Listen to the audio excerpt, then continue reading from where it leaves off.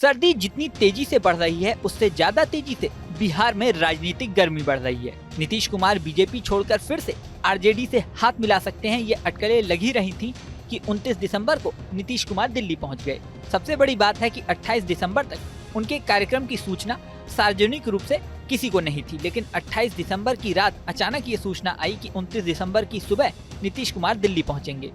दावा किया जा रहा है कि दिल्ली में नीतीश ने बीजेपी के कई बड़े नेताओं से मुलाकात की है।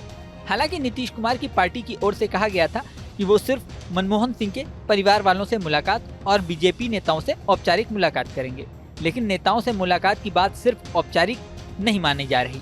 इससे बड़ी बात यह है कि नीतीश कुमार ने दिल्ली में किस किस नेता से मुलाकात की, इसकी सूचना भी पार्टी की ओर से नहीं दी गई। अगर मुलाकात सिर्फ औपचारिक थी तो नाम छिपाने की क्या जरूरत थी, इसे लेकर भी सवाल उठ रहे हैं। इसके अलावा नीतीश कुमार मीडिया से भी नहीं मिले, ये बात भी किसी को हजम नहीं हो रही है।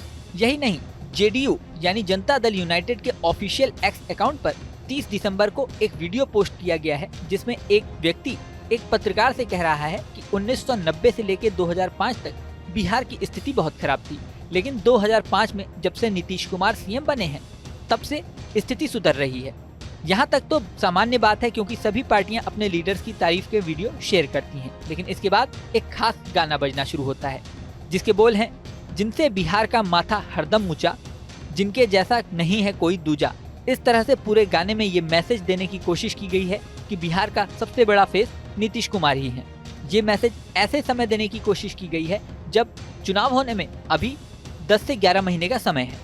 इससे पहले प्रगति यात्रा में भी जो पोस्टर लगाए गए थे उसमें लिखा था, जब बात बिहार की हो तो नाम सिर्फ नीतीश कुमार का हो। ऐसे में ये मैसेज लगातार जेडीयू की तरफ से दिया जा रहा है कि बिहार में नीतीश कुमार ही सबसे बड़ा चेहरा है। हालांकि मनमोहन सिंह के निधन पर नीतीश कुमार ने प्रगति यात्रा को स्थगित कर दिया था। अब ये यात्रा 4 दिसंबर से फिर शुरू होगी, लेकिन इसके नए शेड्यूल से भी अटकलें तेज हो गई हैं। जेडीयू की ओर से जो नया शेड्यूल जारी किया गया है उसके अनुसार 4 से 10 दिसंबर तक गोपालगंज, मुजफ्फरपुर, वैशाली में ये यात्रा निकलेगी, लेकिन 8 दिसंबर को ही अमित शाह बिहार पहुंच रहे हैं। यानी जिस दिन यात्रा का दूसरा चरण खत्म होगा उसके एक दिन के बाद ही अमित शाह बिहार पहुंच जाएंगे। कुछ दिन पहले एक मीडिया कार्यक्रम में भी जब अमित शाह से ये सवाल पूछा गया था कि जैसा महाराष्ट्र में हुआ, शिंदे जो पहले सीएम थे अब डिप्टी सीएम बन गए, इससे पटना तक क्या मैसेज जाएगा। इस पर अमित शाह ने सीधे उत्तर न देते हुए कहा कि इस तरह के फैसले पार्टी की मीटिंग में होते हैं, ऐसे मंच पर नहीं। इस बयान से बिहार को लेकर अटकलें और तेज हो गईं। यहाँ आपको ये बता दें कि बिहार विधानसभा चुनाव में 10 से 11 महीने का समय बचा है। प्रशांत किशोर पहले ही बिहार में चुनाव लड़ने का ऐलान करके सियासी गर्मी बढ़ा चुके हैं। इन हालातों के बीच अब नीतीश कुमार के दिल्ली से वापसी और अमित शाह के बिहार पहुंचने के बीच बिहार से कोई बड़ी खबर आ जाए तो आश्चर्य नहीं होना चाहिए। इस वीडियो में फिलहाल इतना ही।